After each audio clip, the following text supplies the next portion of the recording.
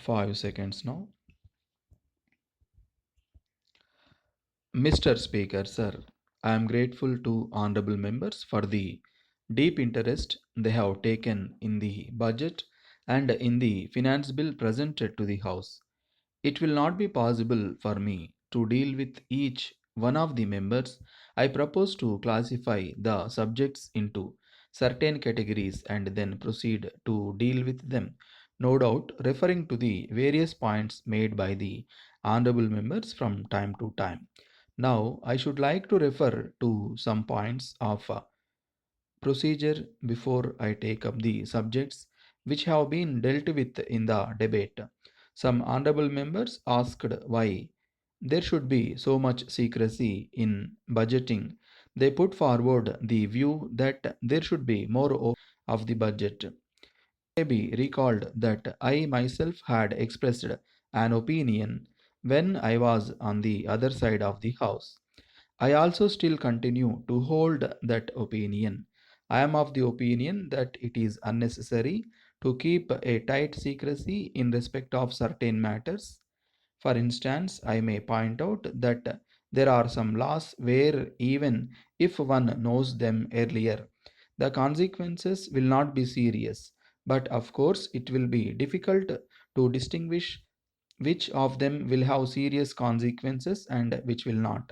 But by and large, I should think that there is scope for a little more open budgeting in respect of some matters at least. If I will not be taken to task and will not be asked to resign, I shall try some kind of a little open budgeting. In this way, I shall introduce a kind of a discussion on matters in which the public opinion should be elicited before the actual law is framed.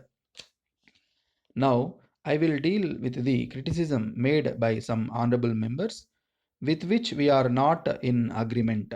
In fact, it will be a sad world if everyone agreed with everybody else. These honorable members have said that I have given too many concessions to the industrial class.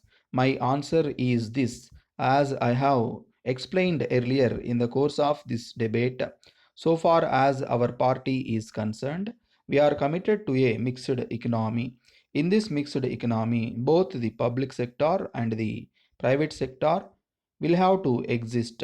Of course, the public sector will have the commanding heights, but at the same time, the private sector also will have to function within the limits set for them. So long as they function within these limits, they are entitled to have concessions from the government in order that they may be able to contribute their share to the total national wealth.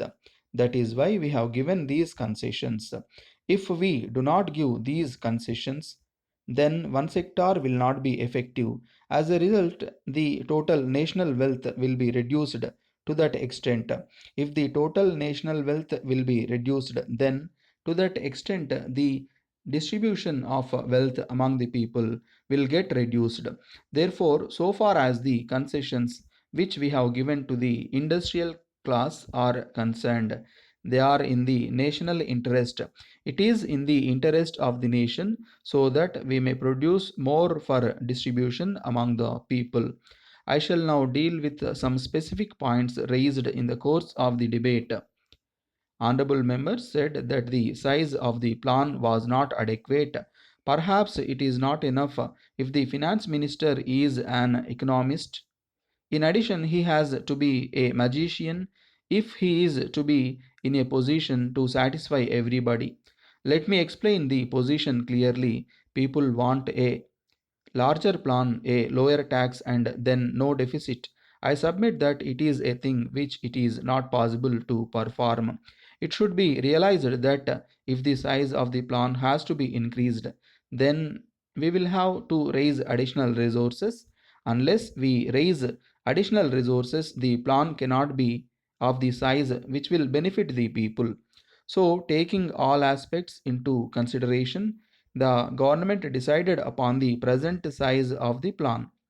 Then the question about the provisional collection of taxes act was raised. It was said that on account of this act, Sufficient time was not available to the House for discussion on the various demands for grants. I do not agree with this. According to me, what stands in the way of full discussion is the vote on account, on which we normally take sanction of funds for 2 months, within which the appropriation bill has to be passed in both the houses. So it is necessary to fix a particular time limit within which the demands have to be discussed. It is a matter for the leaders of all parties to discuss in the Business Advisory Committee and reach agreement on this issue. Finally, some suggestions were made to deal with black money so far as the issue of bonds is concerned. I would like to say that it is not a simple thing. It will make the people think that they can go on making black money and someday convert it into white money. So I agree that subject to some modifications, it can be looked into. At that moment, I am only telling the House that I am seized of this matter and I shall try to do the best I can in the circumstances. It is not possible to take the House or anybody into confidence as to what we would do in this matter, but I am fully conscious of the impact of black money on the economy. One of the ways in which we can deal with the situation is to take drastic action.